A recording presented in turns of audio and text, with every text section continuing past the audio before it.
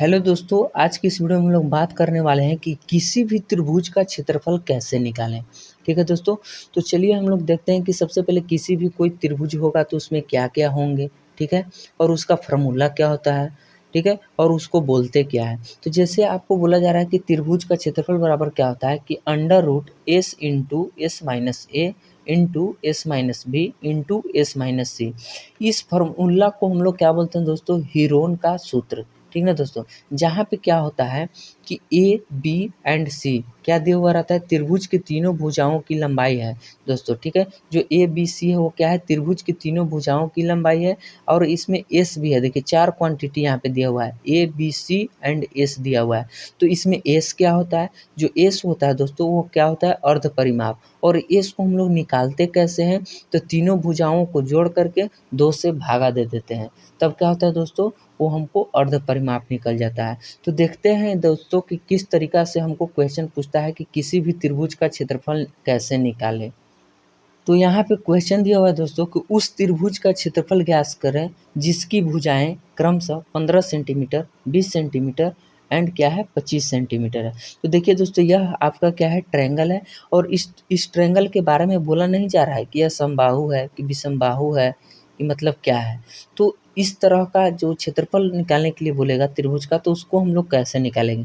तो सबसे पहले हमने आपको फार्मूला बताया कि क्या होता है, ए बी सी, जो क्या होता है, तीनों साइड्स होते हैं। तो यहाँ से लिख लेंगे ए बराबर क्या हो गया 15 सेंटीमीटर, बी बराबर क्या हो गया 25 सेंटीमीटर और सी बराबर क्या हो गया 20 सेंटीमीटर।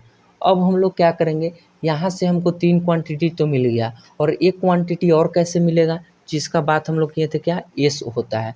तो एस निकालने के लिए हम बताए थे दोस्तों, क्या होता है कि तीनों भुजाओं को जोड़ करके ए बी प्लस सी, और उसको क्या करते हैं 2 से भागा दे देते हैं, वही हमारा क्या आता है, एस आता है। तो चलिए हम लोग यहाँ पे बैठा लेते हैं तीनों भुजाओं का मान। तो ए का वैल्यू कितना दिया हुआ है दोस्तों 15, प्लस बी का मान कितना दिया हुआ है 25, प्लस सी का मान कितना दिया हुआ है 20, और बटा में कितना हो जाएगा 2। तो इसको जोड़ेंगे तो दोस्तों कितना आ जाएगा 60, यानी कि 60 बटा को 2। जैसे ही 60 को 2 से भागा देंगे तो कितना आ जाएगा 30, और इसके साथ क्या आ जाएगा सेंटीमीटर आ जाएगा। अब हम लोग जानते हैं दोस्तों कि किसी भी त्रिभुज का क्षेत्रफल बराबर क्या होता है, फार्मूला।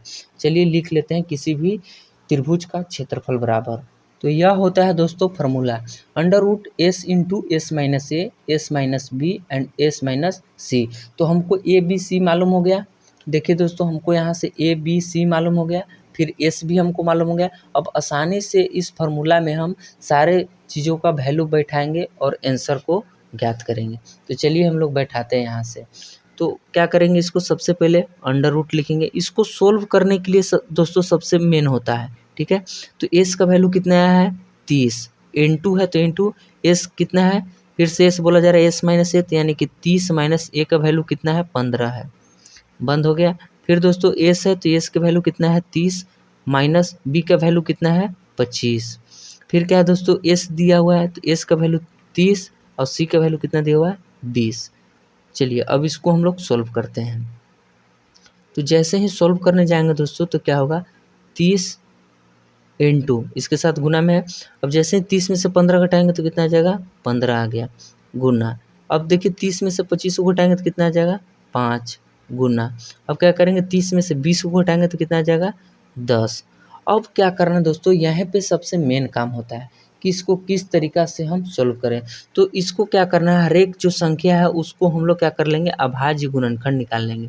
तो जैसे ही अभाज्य गुणनखंड निकालेंगे दोस्तों, तो हमको यहाँ से क्या मिलेगा, चलिए देखते हैं। तो अभाज्य गुणनखंड निकालने जाएंगे तो क्या हो जाएगा, 30 का 2 गुना 3 गुना 5 हो गया।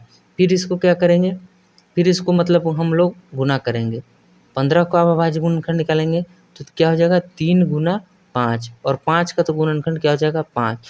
अब हम लोग 10 का निकाल लेते हैं, क्या हो जाएगा 2 गुना 5। अब यहाँ से हमको क्या करना है दोस्तों, कि देखना है कि कौन कौन संख्याएं रूट के अंदर क्या आई है, 2 बार आई है। तो देखिए 2 आया है 2 बार, जैसे ही रूट के बाहर निकलेगा तो यह संख्याएं क्या हो जाएंगी, सिंगल हो जाएंगी।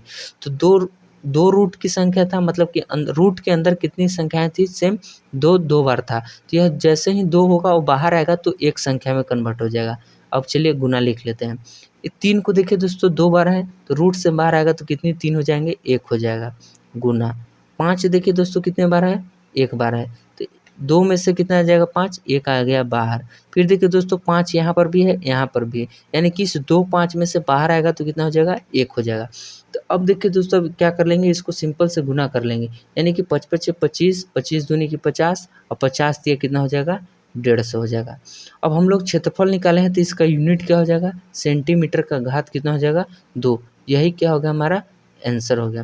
तो इसी को दोस्तों हम लोग बोलते हैं हीरोन का सूत्र, या फिर क्या बोलते हैं, मतलब हीरोन का सूत्र बोलते हैं। जब किसी भी त्रिभुज का क्षेत्रफल निकालने के लिए बोला जाएगा, ठीक है, तो उसको हम लोग इस तरीक़ा से निकाल सकते हैं।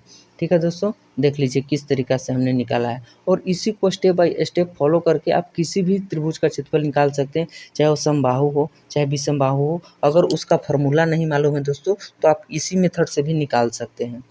धन्यवाद दोस्तों।